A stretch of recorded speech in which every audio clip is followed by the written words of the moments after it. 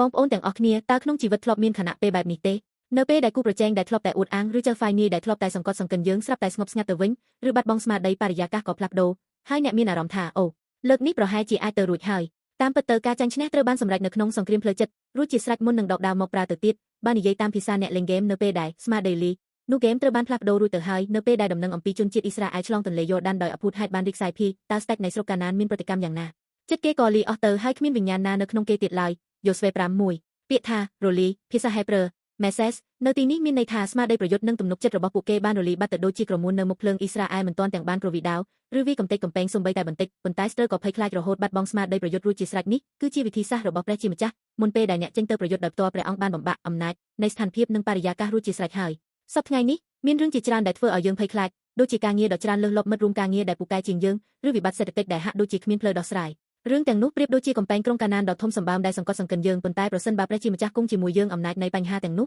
នឹងចាប់ផ្ដើមរលាយបាត់ទៅពិភពលោកនេះហាក់ដូចជាខ្លាំងពូកែប៉ុន្តែនៅចំពោះព្រះចេស្តារបស់ព្រះអង្គគ្រប់យ៉ាងត្រូវតែ Message រលាយបាត់ទៅមូលហេតុដែលអ្នកអាចឈរយ៉ាងរឹងមាំនៅក្នុងកន្លែងធ្វើការក្នុងគ្រួសារឬក្នុងទំនាក់ទំនងមិនមែនមកពីអ្នកពូកែនោះទេប៉ុន្តែគឺមកពីព្រះជាម្ចាស់បានគ្រប់គ្រងលើស្ថានភាពនោះរួចហើយព្រឹត្តិការណ៍នេះគឺជាការបង្ហាញជាមុនអំពីជ័យជំនះរបស់ព្រះយេស៊ូវគ្រីស្ទតាមរយៈការសុគតនៅលើឈើឆ្កាងនិងការមានប្រជញ្ញមរស់ឡើងវិញព្រះអង្គបានបំបាក់អំណាចនៃសេចក្តីស្លាប់និងអំពើបាបដែលធ្លាប់តែគំរាមកំហែងយើងរួចហើយកូឡូស 2:15 សាតាំងកំពុងតែញាប់ញ័រដោយសារតែវាត្រូវបានបំបាក់អំណាចរួចជាស្រេចយើងមិនមែនប្រយុទ្ធដើម្បីទទួលបានជ័យជំនះនោះទេប៉ុន្តែយើងដើរទៅមុខដើម្បីបញ្ជាក់ពីជ័យជំនះដែលព្រះយេស៊ូវបានសម្រេចរួចហើយតើបញ្ហានៅចំពោះមុខអ្នកហាក់ដូចជាធំពេកមែនទេតើអ្នកចង់រត់គេចមែនទេ